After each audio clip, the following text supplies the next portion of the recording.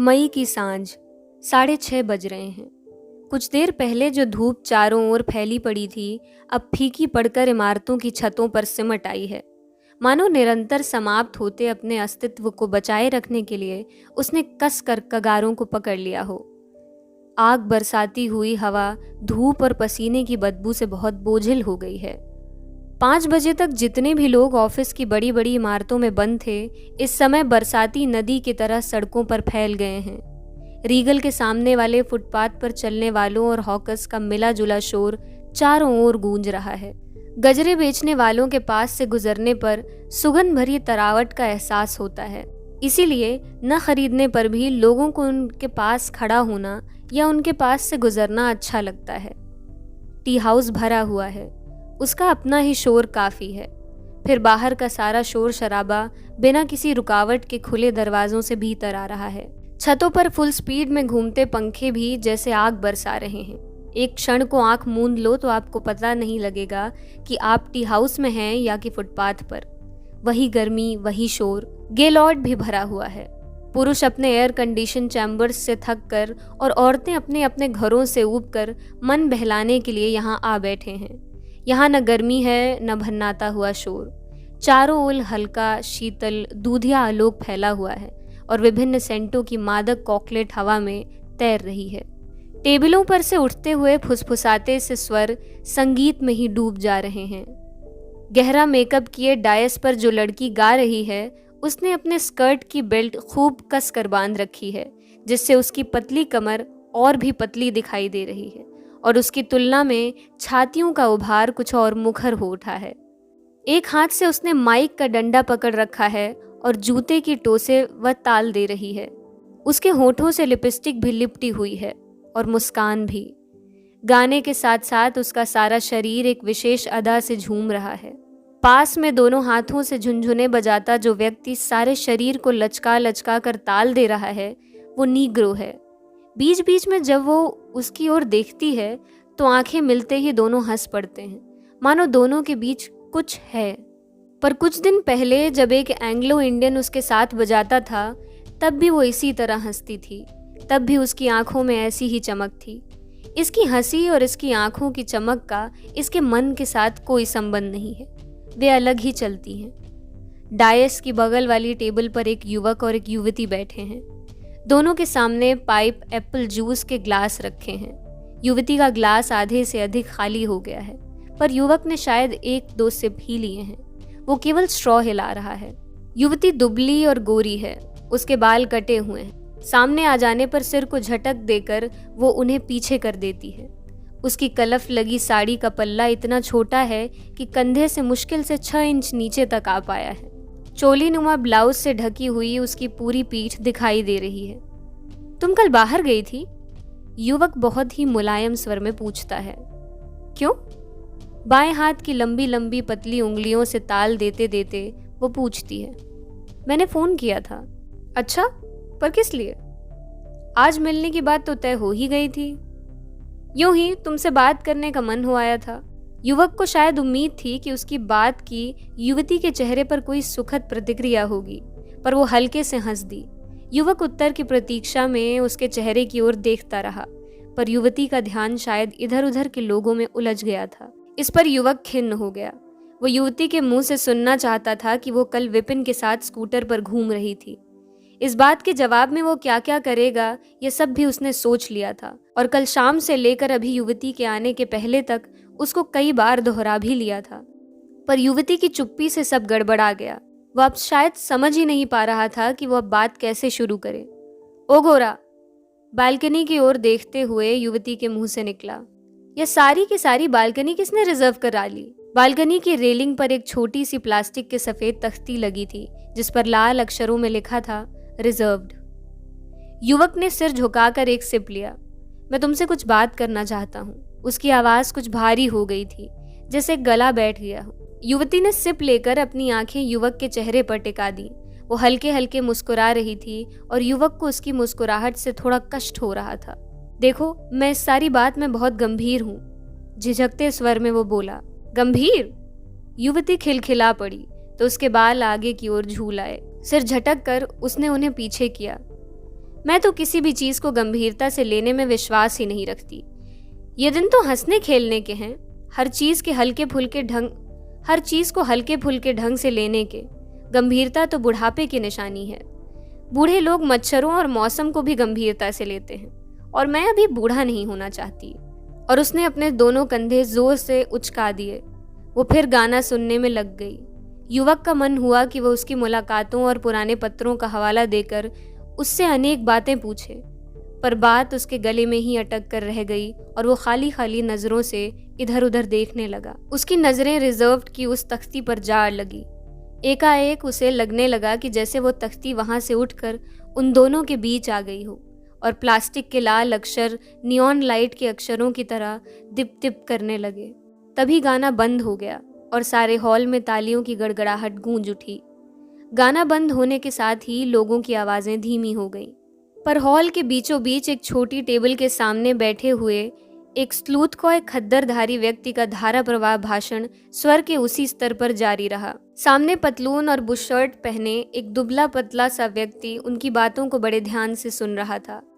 उनके बोलने से थोड़ा थोड़ा थूक उछल रहा है, जैसे सामने वाला व्यक्ति ऐसे पूछता है कि उन्हें मालूम न हो, पर उनके पास शायद इन मोटी मोटी बातों पर ध्यान देने लायक समय ही नहीं है। वे मूड में आए हुए हैं। गांधी जी की पुकार सुनकर कौन व्यक्ति अपने को रोक सकता था भला? क्या दिन थे वे भी। मैंने बिजनेस की तो ऐसी की तैसी कर दी और देश की सेवा के काम में जुट गया। फिर तो सारी जिंदगी पॉलिटिकल सफर की तरह गुजार दी। सामने वाला व्यक्ति चेहरे पर श्रद्धा के भाव लाने का भरसक प्रयत्न करने लगा। देश आजाद हुआ तो लगा कि असली काम तो अब करना है। सब लोग पीछे पड़े कि मैं खड़ा हूँ, मिनिस्ट्री पक्की है, पर मैं नहीं साहब, ये काम अब अपने बस का नहीं है। जेल के जीवन ने काया को जर्जर कर दिया है। फिर यह भी लगा कि नवनिर्माण में नया खून ही आना चाहिए। सो बहुत पीछे पड़े तो बेटों को झोंका इस चक्कर में। उन्हें समझाया, जिंदगी भर के हमारे त्याग और परिश्रम का फल है यह आज़ादी। तुम लोग अब इसकी लाज रखो, बिजनेस हम संभालते हैं। युवक शब्दों को ढेलता सा बोला, आपकी देशभक्ति को कौन नहीं जानता। वे संतोष की एक डकार लेते हैं और जेब से रुमाल निकालकर अपना मुंह और मूंछों को साफ करते हैं। रुमाल वापस जेब में रखते हैं और पहलू बदलकर दूसरी जेब में चांदी की डिबिया निकालकर पहले खुद पान खाते हैं, फिर सामने वाले व्यक्ति की ओर बढ़ा देते हैं। जी नहीं, मैं पान नहीं खाता। कृतज्ञता के साथ ही उसके चेहरे पर बेचैनी का भाव उभर जाता है। एक यही लत है जो छूटती नहीं। पान की डिबिया को वापस जेब में रखते हुए वे कहते हैं, इंग्लैंड गया तो हर सप्ताह हवाई जहाज से पानों की गड्डी आती थी। जब मन की बेचैनी केवल चेहरे से नहीं संभली तो वो धीरे धीरे हाथ रगड़ने लगता है। पान को मुंह में एक ओर ठेल कर वे थोड़ा सा हकलाते हुए कहते हैं, अब आज की ही मिसाल लो, हमारे वर्ग का एक भी आदमी गिना दो जो अपने यहाँ के कर्मचारी की शिकायत पर इस प्रकार सुनता हो। पर जैसे कि तुम्हारा केस मेरे सामने आया, मैंने तुम्हें बुलाया, यहाँ बुलाया। जी हाँ। उसके चेहरे पर कृतज्ञता का भाव और अधिक मुखर हो जाता है। वो अपनी बात शुरू करने के लिए शब्द ढूंढने लगता है। उसने बहुत विस्तार से बात करने की योजना बनाई थी, पर अब सारी बात को संक्षेप में ही कह देना चाहता है। सुना है तुम कुछ लिखते लिखाते भी हो। एकाएक हॉल में फिर संगीत गूंज उठता है। वे अपनी आवाज को थोड़ा और ऊंचा उठाते हैं। युवक का उत्सुक चेहरा थोड़ा और आगे झुक जाता है। तुम चाहो तो हमारी इस मुलाकात पर भी एक लेख लिख सकते हो। मेरा मतलब, लोगों को ऐसी बातों से नसीहत और प्रेरणा लेनी चाहिए। यानी पान शायद उन्हें वाक्य पूरा नहीं करने देता।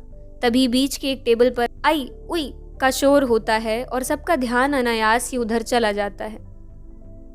बहुत देर से वह टेबल लोगों का ध्यान अनायास ही खींच रही थी। किसी के हाथ से कॉफी का प्याला गिर पड़ा है।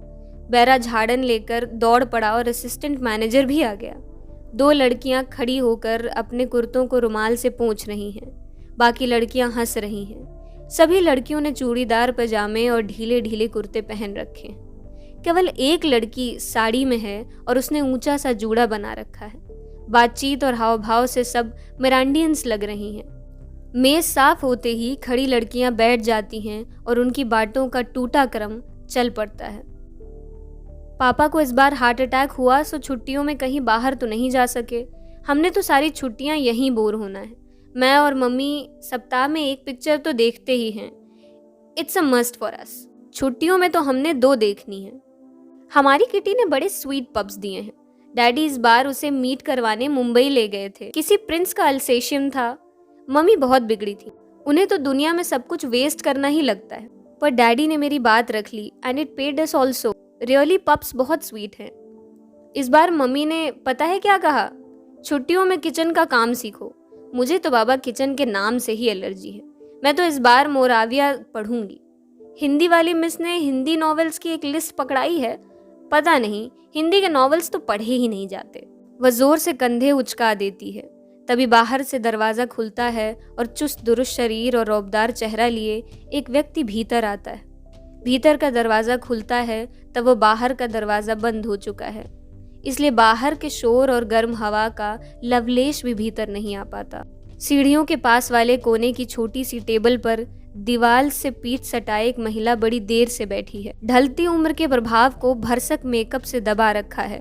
उसके सामने कॉफी का प्याला रखा है और वो बेमतलब थोड़ी थोड़ी देर के लिए सब टेबलों की ओर देख लेती है। आने वाले व्यक्ति को देखकर उसके ऊब भरे चेहरे पर हल्की सी चमक आ जाती है और वो उस व्यक्ति को अपनी ओर मुखातिब होने की प्रतीक्षा करती है। खाली जगह देखने के लिए वो व्यक्ति चारों ओर नजर दौड़ा रहा है। महिला को देखते ही उसकी आंखों में परिचय का भाव उभरता है और महिला के हाथ हिलाते ही वो उधर बढ़ जाता है। हेलो, आज बहुत दिन बाद दिखाई दी मिसेज रावत। फिर कुर्सी पर बैठते ही पूछने लगता है, आप यहाँ किसी के लिए वेट तो नहीं कर रही हैं? नहीं जी, घर में बैठे बैठे या पढ़ते पढ़ते जब तबीयत ऊब जाती है तो मैं यहाँ आ जाती हूँ। 2 कप कॉफ़ी के बहाने घंटा 1.5 घंटा मज़े से कट जाता है। कोई जान पहचान या फुर्सत का मिल जाए तो लंबी ड्राइव पर ले जाती हूँ। आपने तो किसी का टाइम नहीं देखना है ना? नो, बाहर ऐसी भयंकर गर्मी है कि बस एकदम आग बरस रही। सोचा यहाँ बैठकर 1 कप कोल्ड कॉफ़ी पी ली जाए। बैठते ही उसने कहा। जवाब से कुछ आश्वस्त हो मिसेज रावत ने बैरे कोल्ड कॉफ़ी का ऑर्डर दे दिया। और बताइए, मिसेज आहूजा कब लौटने वाली हैं? साल भर तो हो गए ना उन्हें। God knows.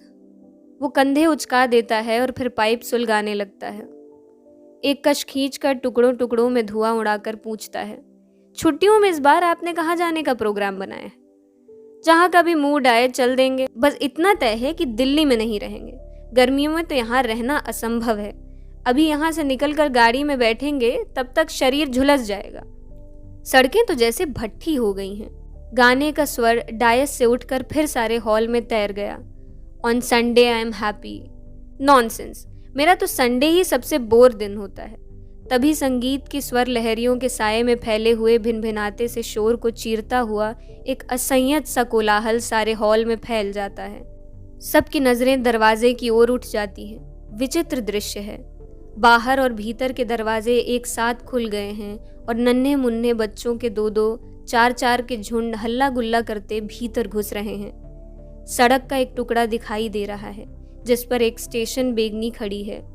आसपास कुछ दर्शक खड़े हैं और उनमें से बच्चे उछल उछल कर भीतर दाखिल हो रहे हैं। बॉबी, इधर आजा। निद्दू, मेरा डिब्बा लेते आना। बच्चों के शोर के साथ साथ बाहर का शोर भी भीतर आ रहा है। बच्चे टेबलों से टकराते एक दूसरे को धकेलते हुए सीढ़ियों पर जाते हैं। लकड़ी की सीढ़ियां कारपेट बिछा होने के बावजूद धम धम करके बज उठी हैं। हॉल की संयत शिष्टता एक झटके के साथ बिखर जाती है। लड़की गाना बंद करके मुग्ध भाव से बच्चों को देखने लगती है। सबकी बातों पर विराम चिन्ह लग जाता है और चेहरों पर एक विस्मयपूर्ण कौतुक फैल जाता है। कुछ बच्चे बालकनी की रेलिंग पर झूलते हुए हॉल में गुब्बारे उछाल रहे हैं। कुछ गुब्बारे कारपेट पर आ गिरे हैं। कुछ कंधों पर सिरों से टकराते हुए टेबलों पर लुढ़क रहे हैं तो कुछ बच्चों की किलकारियों के साथ साथ हवा में तैर रहे हैं। नीले, पीले, हरे, गुलाबी। कुछ बच्चे ऊपर उछल उछल कर कोई नर्सरी राइम गाने लगते हैं तो लड़की का फर्श धम धम बज उठता है। हॉल में चलती फिल्म जैसे अचानक टूट गई है।